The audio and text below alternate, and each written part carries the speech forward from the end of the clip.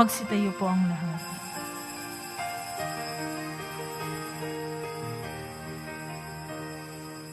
Purihin ang Panginoon, umawit ng kagalakan, at tutugin ang gitara at ang kaaya-ayang lira. Hipa ninyo ang trumpeta sa ating pagkabagaban. Sa Diyos tayo'y tumawag, sa ating mga kaaway tayo ay Kanyang ililigtas.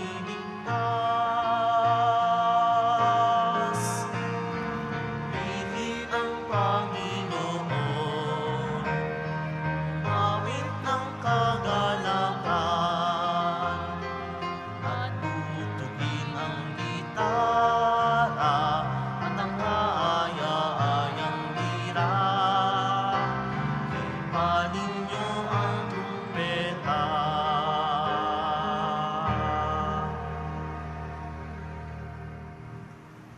Sandalan ng Ama at Anak at ng Espiritu Santo, Amen. sumayin niyo ang Panginoon. At sumayo rin. Mga kapatid, tayo po na yun, ikaunang karaniwang panahon, Martes, ialay nating misang ito para sa ating mga intensyon at para sa lahat ng tao nanonood, Facebook Live, Quiapo Church, and for all those who have requested me to pray during this Holy Mass, para makaroon tayo maraming biyaya ni Poong Jesus Nazareno sa pamagitan itong misa. Mga kapatid, tamanin natin ang ating mga kasalanan upang tayo ay maging marapat gumanap sa banal na pagtiribang.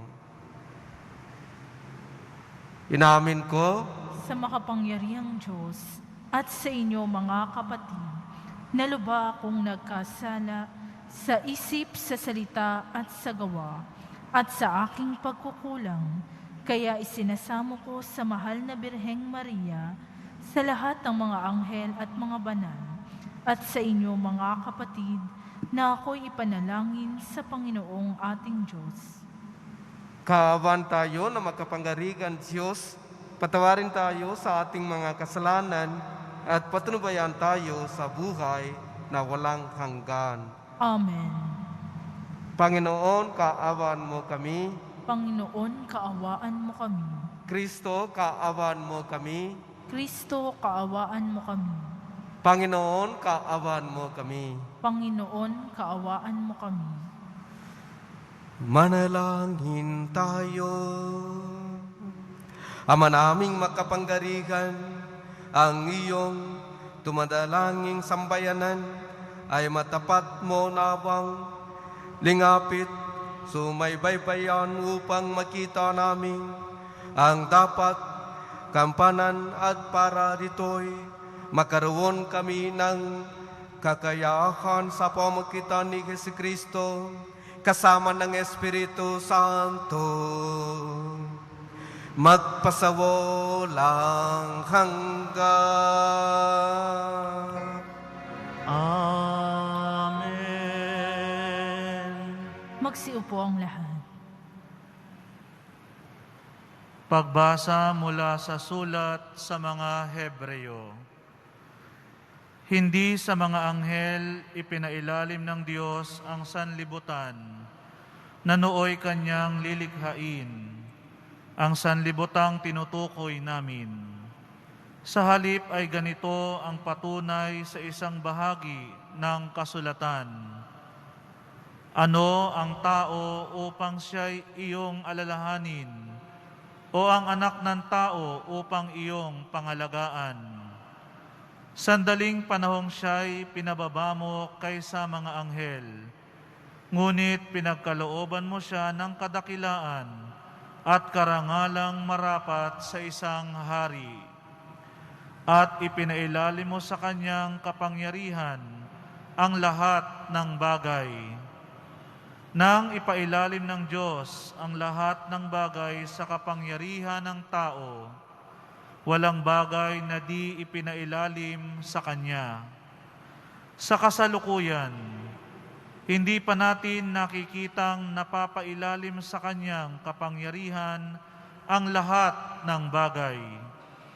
Subalit, alam nating si Jesus, bagamat sandaling panahong pinababa kaysa mga anghel, ay binigyan ng karangalan at kadakilaan dahil sa Kanyang pagkamatay. Dahil sa pag-ibig ng Diyos, niloob niya na si Jesus ay mamatay para sa ating lahat. Sa pamamagitan ng mga pagtitiis, siya'y pinapagingganap ng Diyos na lumikha at nangangalaga sa lahat ng bagay upang makapagdala ng marami sa kaluwalhatian. Marapat lamang na gawin niya iyon sapagkat si Jesus ang pinagmumulan ng kanilang kaligtasan. Si Jesus ang nagpapabanal sa kanila at iisa ang Ama ng nagpapabanal at ng pinapaging banal. Kaya't hindi niya ikinahiyang tawagin silang mga kapatid.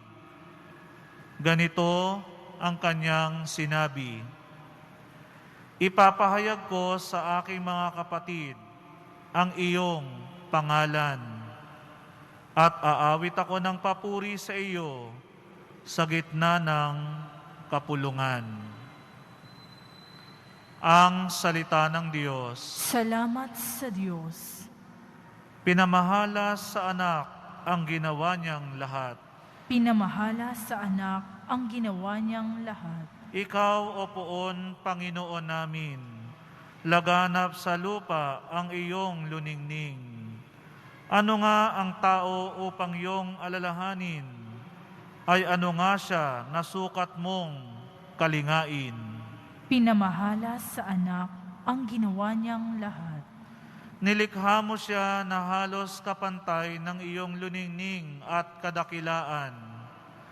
Pinamahala mo sa buong daigdig, sa lahat ng bagay, malakit, maliit. Pinamahala sa anak ang ginawa niyang lahat. Mga bakat tupa, hayop na mabangis, at lahat ng ibong nasa himpapawid, at maging sa isda, sa lalim ng tubig. Pinamahala sa anak ang ginawa niyang lahat. Magsitayo po ang lahat.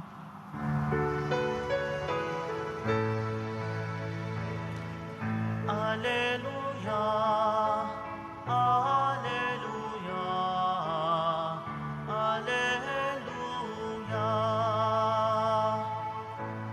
Tanggapin niyo ang salita na di sa tao nagmula, kundi sa Diyos na dakila. Alleluia, Alleluia, Alleluia.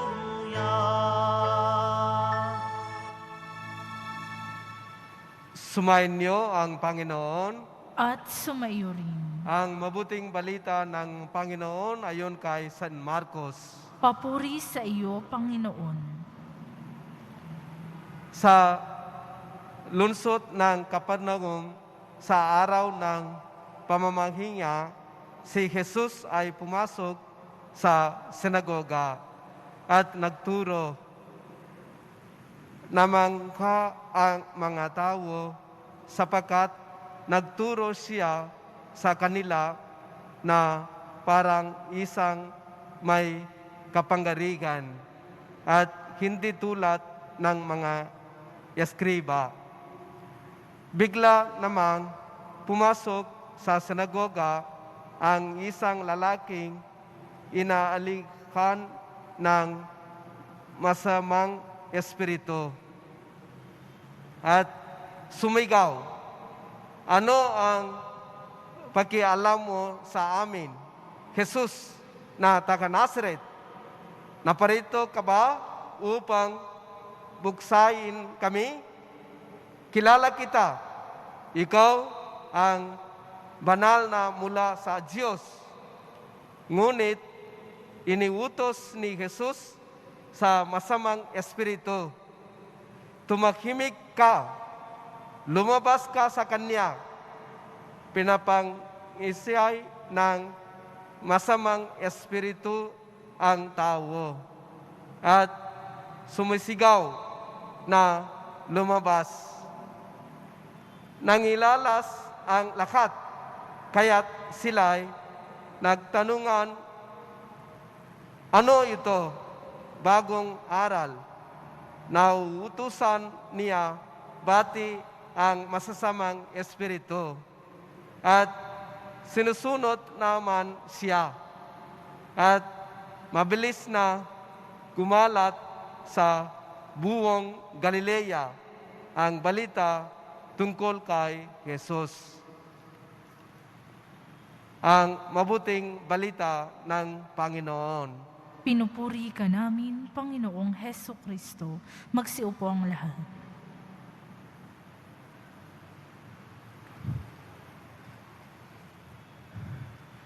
Magandang hapon po sa inyo lahat. Namangha ang mga tao sapagkat nagturo siya sa kanila na parang isang may kapangyarihan at hindi tulad ng mga eskriba. Mga kapatid, nakita natin sa Ebanghelyo na yon, si Jesus may kapangyarihan para magpalayas mga demonyo, masamang spirito, mga multo, kahit anong bagay, mga kasamahan. At saka meron din siya may kapangyarihan para magpagaling mga tao may sakit. Tinawag ng Diyos na yon, dapat tayo maniwala sa karapatan, kapangyarihan ng Diyos araw-araw, ang ating Panginoon. May mga panahon, naniwala tayo sa hospital, sa gamot, sa karapatan ng mga tao, pero nakalimutan tayo maniwala sa kapangyarihan ng Diyos.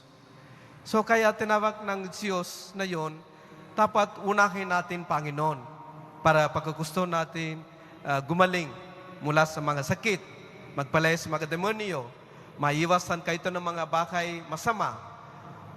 Unahin natin Panginoon, magdasal tayo sa Kanya, alam niya paano magayos. Kasi si Jesus, Panginoon natin, Poong Jesus Nazareno, alam niya buong puso, anong mga problema natin, anong mga sakit, lahat alam niya. Dapat natin bukas ang ating puso sa Kanya una. Tapos kailangan din, hindi ko sabi hindi kailangan hospital, hindi kailangan gamot, kailangan din. Pero unahin natin Panginoon, siya may karapatan, kapangyarihan sa higit na ito ang maka-hospital, ito ang maka-gamot. Mga kapatid, noon nakaraan, kailan ako bilang kapelyano sa hospital, St. Luke's Hospital, Quezon City. Maraming beses mga doktor sinabi sa akin, pagkatapos malaking opera, sinabi nila sa akin, Father, anong kaya namin na ginawa. Pero sa higit na ito, wala kami karapatan. Diyos lang bahala. So anong hinihingi nila sa akin? Father, magdasal kayo. Sa itong pasyente, very critical talaga. So kaya magdasal po kayo. Anong kaya namin ginawa? Pero sa higit na ito, wala kami kapangyarihan, wala kami karapatan. So kahit mga highly professional doktor, tanggapin nila kapangyarihan ng Diyos. Accept sila. May kapangyarihan ang ating Panginoon. So kahit anong science, technology, mga malaking hospital or doktor, lahat tayo, harap ng Diyos, Poong Jesus Nazareno, harap niya, tayo baba, siya lang mataas. Ibig sabihin, pinakamahalaga siya. Kaya unahin natin, Panginoon. Kahit anong sakit, kahit anong, ito nakita natin sa Ebanghelyo na yon. Ito mga tao sa Capernaum, sa sinagoga, pinalayas niya mga demonyo. Kaya ito mga tao nakita, they were surprised. Paano kaya niya? Tapos sinabi nila, may karapatan pala. May karapatan pala kahit magpalaya sa mga demonyo. So maniwala tayo araw-araw, meron siya karapatan, kapangyarihan para magpalaya sa mga demonyo, magpagaling mga tao may sakit. So kailan meron tayo sakit, sa pamilya, sa komunidad, sa sarili, may sakit tayo, unang-unang magdasal tayo. Unangin natin, Panginoon, para magkaroon tayo magandang kalusugan. Para pagkamaniwala tayo sa Kanya, makakaroon tayo magandang kalusugan, maraming biyaya sa nalanpakalan ni Poong Jesus Nazareno. Amen.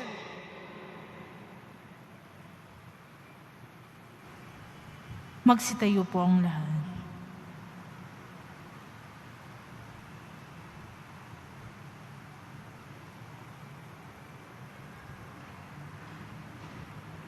Minamahal kong mga kapatid, sa pamagitan ng Ebanghelyo, nagsasalita sa atin si Kristo ng may walang hanggang kapangyarihan at mga himala ng papagaling. Ang ating tugon ay Diyos na tunay na makapangyarihan. Hipuin mo kami. Diyos na tunay na makapangyarihan, hipuin mo kami. Ang simbahan naway patuloy na ituro ang katotohanan ni Kristo at labanan ang mga kasamaan sa ating panahon. Manalangin tayo. Diyos na tunay na makapangyarihan, hipuin mo kami. Ang mga pinuno sa daigdig, naway isulong ang kabutihan sa kani-kanyang gobyerno at maging maalab sa pagbabaklas ng kasamaan sa lipunan. Manalangin tayo. Diyos na tunay na makapangyarihan, hipuin mo kami. Tayo naway hindi manghinawa sa ating buhay pananalangin upang hindi manaig sa ating buhay ang masamang espiritu. Manalangin tayo. Diyos na tunay na makapangyarihan, hipuin mo kami. Ang mga may sakit naway maging malaya sa kanilang mga pisikal at espiritual na paghihirap. Manalangin tayo. Diyos na tunay na makapangyarihan, hipuin mo kami. Ama naming nasa langit, nagbubuni kami sa yaman ng iyong pag-ibig sa amin.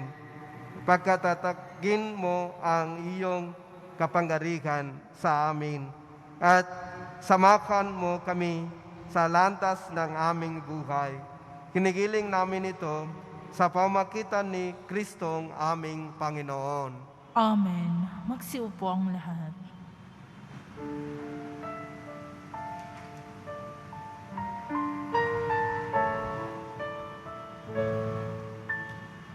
Kunin mo, O Diyos, at tanggapin mo ang alak at tinapay na handog ng pag-ibig sa gisag naming bayan mo.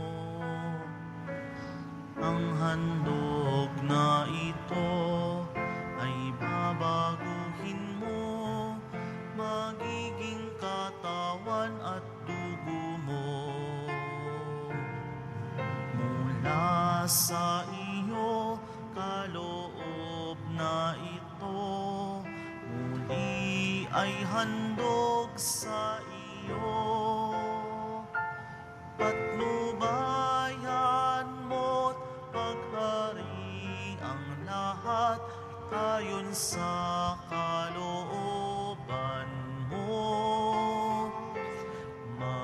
Mag-utos ka, Panginoon ko, naging tatalima ako. Ipagkaloob mo lamang na magbago ako't sa wakas matulad sa'yo. Magsitayo po ang lahat. Manalangin kayo, mga kapatid, upang ang pagkakain natin ay kalugdan ng Diyos, amang magkapangyarihan. Tanggapin nawa ng Panginoon itong paghahain sa iyong mga kamay, sa kapurihan niya at karangalan, sa ating kapakinabangan at sa buong sambayanan niyang banal. Ama naming lumikha, ang pagkakain nito ng iyong sambayanan ay iyong marapatin na iyong paunlakan, pakundahan dito, mapasa amin nawa ang iyong kabanalan at ang masugit naming talangin ay iyong bagbigyan sa pamamagitan ni Jesucristo kasama ng Espiritu Santo magpasawalang hanggan. Amen. Sumayin niyo ang Panginoon. At sumaiyo rin. Itaas sa Diyos ang inyong puso at diwa. Itinaas na namin sa Panginoon. Pasalamatan natin ang Panginoon ating Diyos. Marapat na siya ay pasalamatan. Ama naming makapangyarihan, tunay ng marapat na ikaw ay aming pasalamatan sa iyong paglingap at kagandagang loob. Ang tao'y nilikha mo't pinangasiwa sa sansinukop, sa hangat mong siya'y iwastong lubos. Siya'y binagdusa mo sa kanyang pagtalikod. Sa iyong pagiliw, iyong ipinahintulot na makabalik siya sa pamamagitan ni Kristo Jesus. Kaya kaysa ng mga anghel na nagsisiyawit ng papuri sa iyo, nang walang humpay sa kalangitan, kami nagbubunyi sa iyong kadagilaan. Santo, Santo, Santo, Panginoong Diyos ng mga hukbo, napupuno ang langit at lupa ng kadakilaan mo, o sana sa kaitaasan. Pinagpalang na paririto sa ngalan ng Panginoon, o sana sa kaitaasan. Magsiluhod po ang lahat. Ama naming banal, ikaw ang bukal ng tanang kabanalan, kaya sa pamamagitan ng iyong Espiritu, gawing mong banal ang kaloob na ito, upang para sa amin maging katawan at dugo ng aming Panginoon Jesucristo. Bago niya binagti isang kusang loob na maging handog, hinawakan niya ang tinapay. Pinasalamatan kaniya, pinahati-hati niya iyon, iniyabos sa kanyang mga alagad at sinabi, tanggapin ninyong lahat ito at kanin. Ito ang aking katawan na ikakandog para sa inyo.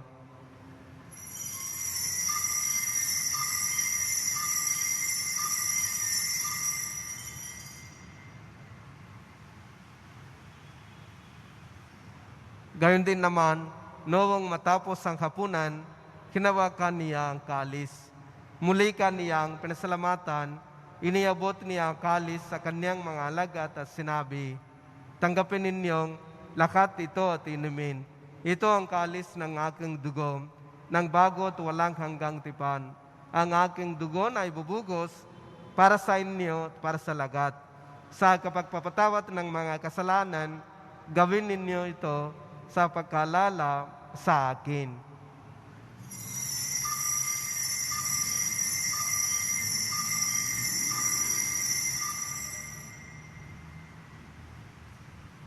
Magsitayo po ang lahat. Ibagpunin natin ang misteryo ng pananampalataya. Si Kristo ay gunitain, sarili ay inihain, bilang pagkait inumin, pinagsasaluhan natin hanggang sa siya'y dumating. Ama, ginagawa namin na iyon ang pagkalala sa pagkamatay at muling pagkabuhay ng iyong anak. Kaya't iniaalay namin sa iyo ang tinapay na nagbibigay buhay at ang kalis na kakaloob ng kaligtasan. Kami nagpapasalamat dahil kami iyong minarapat na tumayo sa harap mo para maglinggo sa iyo. Isinasamo namin kami magsasalo-salo sa katawan at dugo ni Kristo ay mabuklo sa pagkakaisa sa pamamagitan ng Espiritu Santo. Ama, lingapin mo ang iyong simbagang laganap sa buong daigdig. Buspusin mo kami sa pagkibig kaysa ni Francisco na aming Papa, ni Broderick na aming tagapangasiwa at ng tanang kaparian. Alalahanin mo rin ang mga kapatid namin naghimlay nang may pagkasang sila'y muling mabubuhay, gayon din ang lakat ng mga pumanaw. Kaawan mo sila at patuloyin sa iyong kaliwanagan. Kaawan mo at pagintapatin kami lahat na magkasalo sa iyong buhay na walang wakas. kaysa ng mahal na Birgeng Maria na ina ng Diyos, ng kabiyak ng puso niyang si San Jose, kaysa ng mga apostol at San Juan Bautista at ng lahat ng mga banal na namugay dito sa daigdig na kalugot-lugos sa iyo. May bagdiwang nawa namin ang pagpupuri sa kararanggal mo sa pamagitan ng iyong anak na aming Panginoon Jesucristo.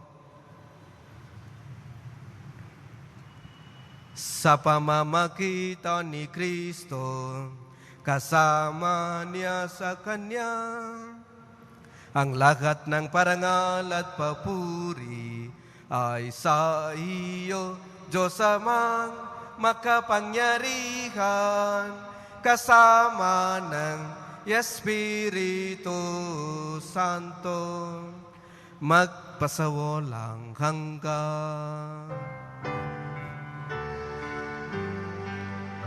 Amen, Amen, Amen, Amen, Amen, Amen, Amen, Amen.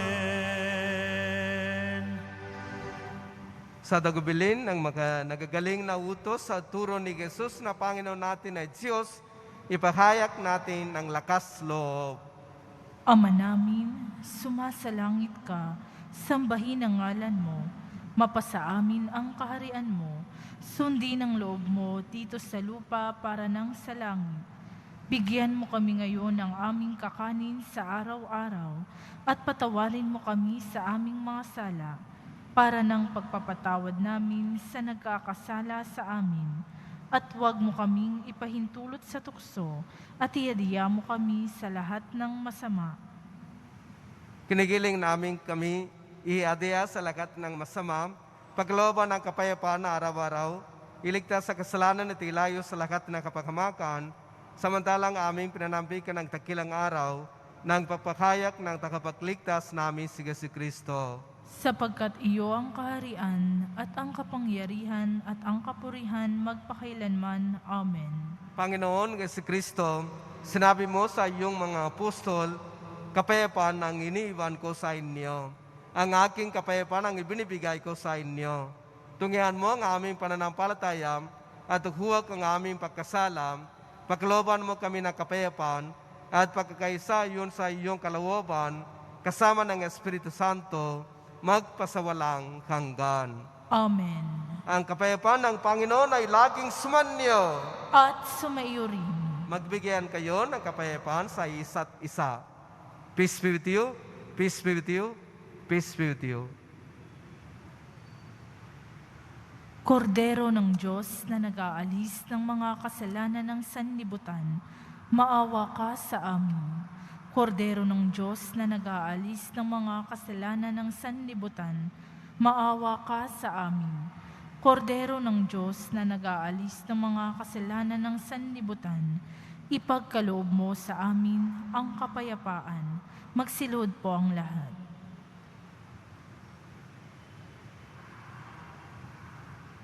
Ito ang kordero ng Diyos. Ito ang nag-aalis ng kasalanan ng sanlibutan.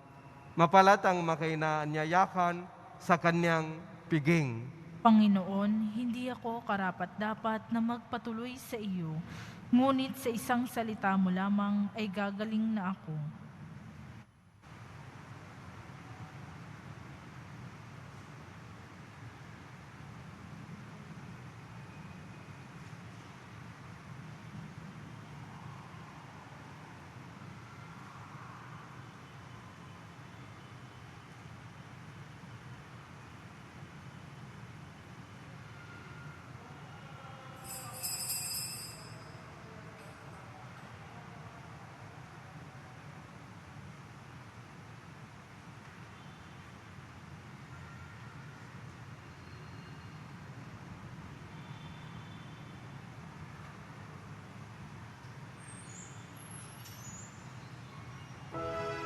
Pagkatapos po ng misa, babasbasan po ang lahat ng banal na tubig. Pinapakiusap po sa lahat na manatili lamang po sa inyong lugar. Pagkatapos ng pagbabasbas, Mangyari lamang po na maupo muna ang lahat ng nasa loob ng simbahan at hintayin pong banggitin ang kulay ng inyong upuan bago po kayo lumabas ng simbahan. Nang sa ganun maiwasan ang siksikan sa mga pinto ng simbahan. Maraming salamat po sa muling pagbisita sa dambana ng Poong Jesus Nazareno. Magsitayo po ang lahat.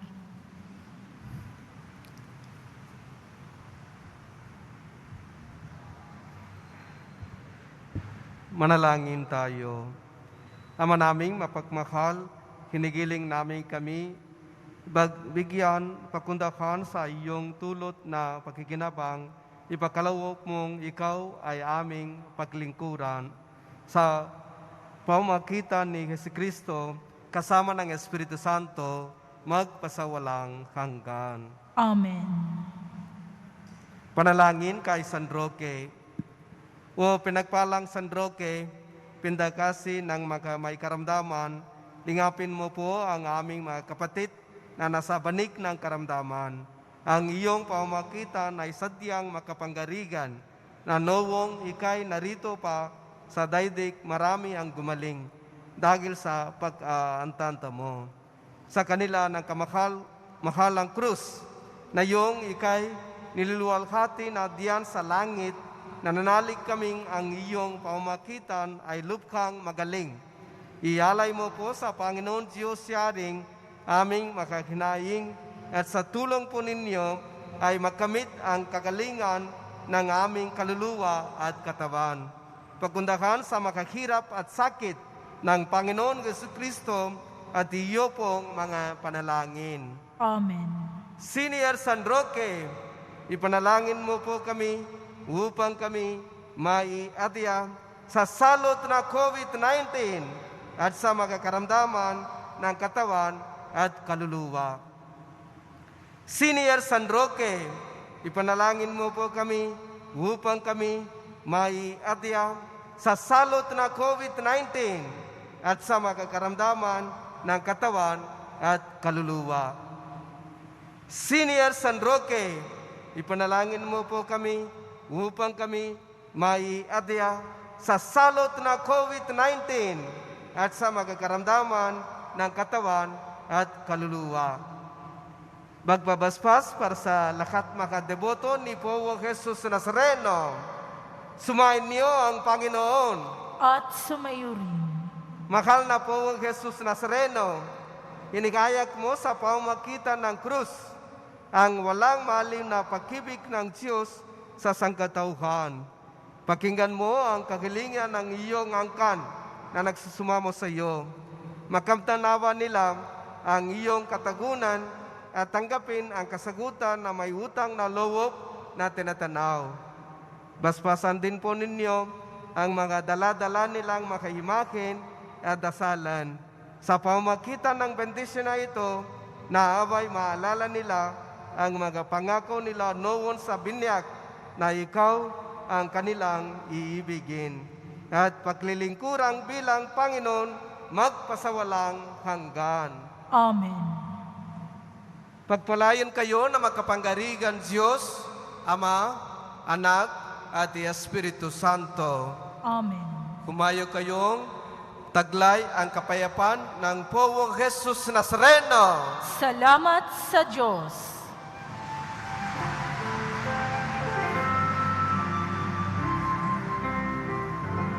Nuestro Padre Jesus Nazareno, sinasamba ka namin, pinipintuho ka namin, aral mo ang aming buhay at kaligtasan. Nuestro Padre Jesus Nazareno, iligtas mo kami sa kasalanan. Ang krus mong kinamatayan ay sagisag ng aming kaligtasan. Nuestro Padre Jesus Nazareno, dinarangal ka namin. Nuestro Padre Jesus Nazareno, niluluwalhati ka namin. Nuestro Padre Jesus Nazareno, dinarangal ka namin. Nuestro Padre Jesus Nazareno, niluluwalhati ka namin.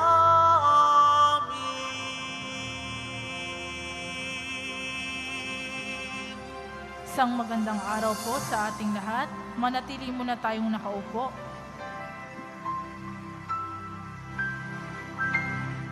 Maaari na pong tumayo ang mga nakaupo sa dilaw na upuan o yellow na upuan. Panatilihin lamang po natin ang social distancing.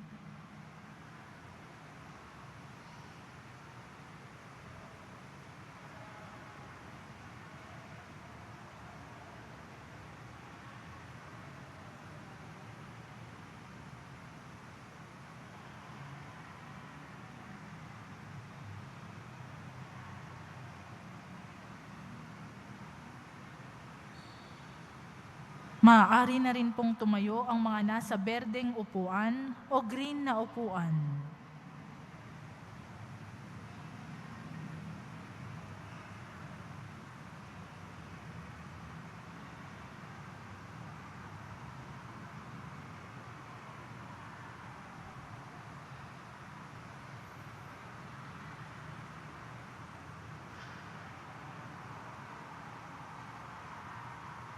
Maaari na rin pong tumayo ang mga nasa asul na upuan o blue na upuan.